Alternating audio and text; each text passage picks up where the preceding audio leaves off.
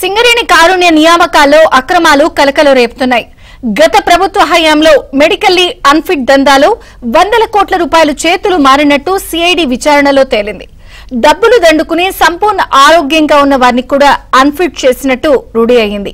ఇందులో Singareni medical board సభ్యులతో పాటు కొందరు అధికారులు, నాయకుల పాత్ర బయటపడింది. దీంతో ప్రభుత్వానికి సిఐడి సమర్పించే నివేదికపై సర్వత్రా ఉత్కంఠ నెలకొంది. అసలు సింగరేణిలో ఏం జరిగిందో స్పాట్లైట్ లో చూద్దాం.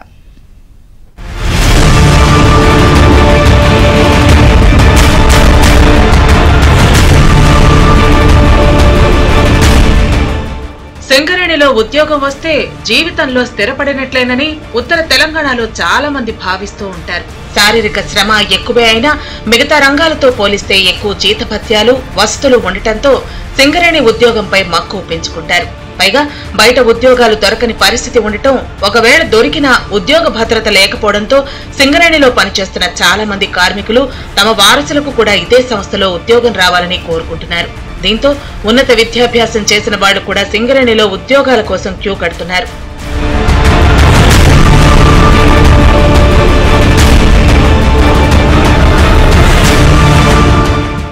సింగరేణి ఉద్యోగులకు ఒక వెసులుబాటు ఉంది. ఆరోగ్య సమస్యలతో పనిచేయలేని స్థితిలో ఉంటే వారి స్థానంలో వారసులకు ఉద్యోగం ఇచ్చే ప్రక్రియ అమల్లో ఉంది. దీనికి కొన్ని నిబంధనలున్నాయి. 2018 నుంచి అప్పటి టీఆర్ఎస్ ప్రభుత్వం కారుణ్య నియామకాల పేరిట వారసత్వ ఉద్యోగాలను పునరుద్ధరించింది. ఇలా ఇప్పటి వరకు 12,000కు పైగా కారుణ్య నియామకాలు జరిగాయి. ఇదంతా బాగానే ఉన్న కార్మికులను అన్ఫిట్ చేసే క్రమంలో భారీ మొత్తంలో డబ్బులు తీసుకుంటున్నట్టు ఆరోపణలు మొదటి నుంచి ఉన్నాయి. నిజంగా అనారోగ్యంతో బాధపడుతున్న వారికి అన్ఫిట్ సర్టిఫికెట్ ఇవ్వకపోవడంతో వారిలో కొందరు ఆత్మహత్యలు కూడా చేసుకున్నారు. ఎవరైతే ఫిట్ ఉండి డ్యూటీ చేయగలిగినటువంటి పరిస్థితి ఉందో వాళ్ళు డబ్బులు పెడితే వాళ్లకు కారుణ్య నియామకాలు వస్తున్నటువంటి ఒక పరిస్థితి ఉంది. ఇది తీవ్రమైనటువంటి అవినీతి. సింగరేణిలో అనారోగ్య పరిస్థితుల్లో వాళ్ళు డబ్బులు లేకపోతే వాళ్ళు అప్పులు సప్పులు చేసుకోవాల్సిన పరిస్థితి. కంపల్సరీగా డబ్బులు ఇవ్వకుండా ఏది కాదనేటువంటిది బీఆర్ఎస్ ప్రభుత్వం వాళ్ళ నాయకులు తెచ్చినటువంటి ఒక పద్ధతి ఇదంతా కూడా.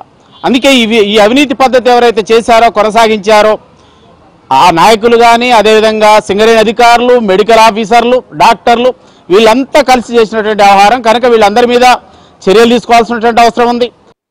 అయితే సింగరేణి సీఎండీగా బలరాం బాధ్యతలు స్వీకరించిన తర్వాత మెడికల్ అన్ఫిట్లు, కారుణ్య నియామకాల్లో భారీగా అవినీతి జరిగినట్టు ఆయనకు ఫిర్యాదులు వెళ్లాయి. దీంతో అన్ని కారుణ్య నియామకాలపై దర్యాప్తు చేయాలని ఈ ఏడాది జనవరిలో సిఐడి, ఏసీబీలను సింగరేణి సీఎండీ కోరారు.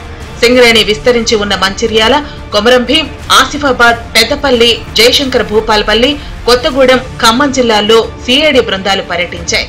రీజియన్ల వారీగా కారుణ్య నియామకాలపై విచారణ జరిపాయి. పలు చోట్ల మెడికల్ అన్ఫిట్ అయిన వారిని అధికారులు కలిశారు. స్థానికుల నుంచి కూడా సమాచారం సేకరించారు. ఇందులో చాలా మంది కార్మికులు ఆరోగ్యంగా ఉన్నట్లు తేల్చారు. దళారులకు డబ్బులు ఇచ్చి అక్రమంగా మెడికల్ అన్ఫిట్ ధ్రువపత్రం పొందారని తేలింది.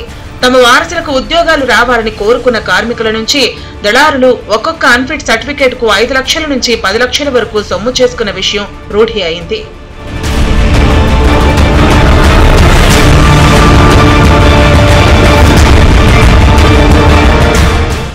అన్ఫిట్ సర్టిఫికేట్ ఇచ్చేందుకు సింగరేణిలో ఒక మెడికల్ బోర్డు ఉంది. వారు కార్మికుని ఆరోగ్య పరిస్థితులను పరిశీలించి గుండె, నరాలు, కళ్లు, పక్షవాతం, కీళ్ల నొప్పులు తదితర రకాల అనారోగ్య సమస్యలతో బాధపడేవారిని మెడికల్ అన్ఫిట్ గా ప్రకటిస్తారు. వారి వారసులకు సింగరేణిలో ఉద్యోగం వస్తుంది. ఈ కారుణ్య నియామకాల ప్రక్రియ కొందరు గులాబీ పార్టీ నేతలకు, కార్మిక సంఘాల నాయకులకు అప్పట్లో వరంగా మారింది. డబ్బులిస్తేనే అన్ఫిట్ చేస్తారన్న లెక్కలతో వివిధ ఏరియాల నుంచి మెడికల్ అన్ఫిట్ కోసం దరఖాస్తు చేసుకున్న కార్మికులు దళారులను ఆశ్రయించారు.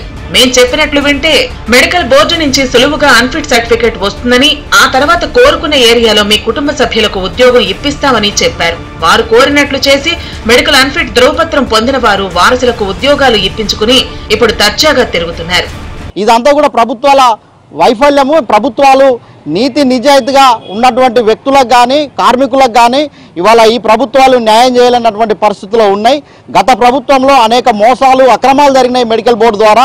ఇదంతా అనేక సార్లు పేపర్లలో, అనేక సార్లు ప్రింట్ మీడియాలో, ఎలక్ట్రానిక్ మీడియాలో వచ్చినప్పటికీ కూడా ఎవరు పట్టించుకున్న పాపన పోలేదు. అయితే అడిగినంత డబ్బులు ఇవ్వలేని కార్మికులకు అన్యాయం చేశారు. కొందరేమో ఏరియా ఆసుపత్రి నుంచి మొదలు కార్పొరేట్ ఆసుపత్రుల నుంచి బోగస్ సర్టిఫికెట్లు పొందారు.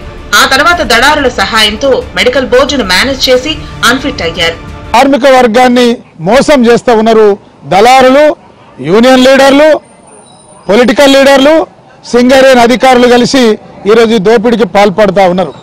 ఈ విషయము ఈ రాష్ట్ర ప్రభుత్వంకు తెలుసు, ఏసీబీకి తెలుసు, ఈ నిఘా సంస్థలకు తెలుసు, సింగరేణి విజిలెన్స్ కూడా తెలుసు. అయినా వీళ్ళందరూ దాంట్లో భాగస్వాములు కనుక ఈ మెడికల్ దందాను ఏదైతే ఉన్నదో దానిని అరికట్టడంలో విఫలమవుతా ఉన్నారు. అన్ఫిట్ పొందిన వారి జాబితాను తీసుకుని క్షేత్రస్థాయి పరిశీలనకు వెళ్లిన సిఐడి బృందాలు వాస్తవ పరిస్థితి చూసి ఆశ్చర్యపోయినట్టు తెలుస్తోంది. వారిలో కొందరు వ్యాపారాలు చేసుకుంటుండగా మరికొందరు వ్యవసాయం చేసుకుంటున్నట్టు తేల్చారు. వీటికి సంబంధించిన ఆధారాలను కూడా సేకరించారు. ఈ వివరాల ఆధారంగా నివేదికను రూపొందించినట్టు తెలుస్తోంది. ప్రభుత్వ ఆదేశాల మేరకు తదుపరి చర్యలు తీసుకోవాలని సిఐడి అధికారులు భావిస్తున్నట్లు సమాచారం. రాబోయే రోజుల్లో ఎలాంటి చర్యలు తీసుకుంటారో చూడాలి.